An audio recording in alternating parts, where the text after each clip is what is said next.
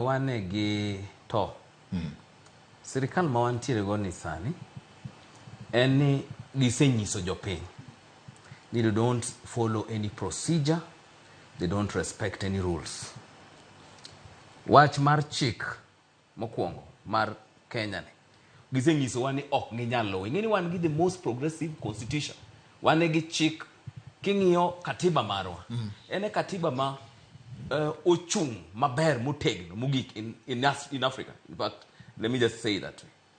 Koro ka en kamano to gisenyiso wa ni kata mana chikegi o gidwa ni mondo gilu.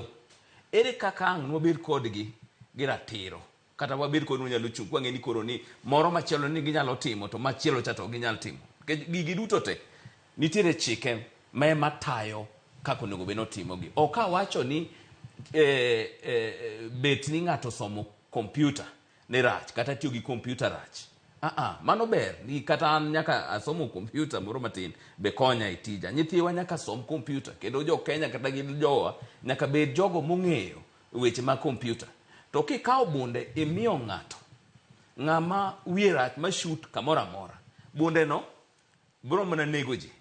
Emomiyo sani wan wa suggest to bende wawacho ka ber to gik ma sirkal ringo godogi kata bed mana weche mag choko osuru mar ute kata bed mana weche ma koro idwa ni chul godo fees whatever, onego miwa thuolo kaka jo Kenya mondo wachiw maoniwa.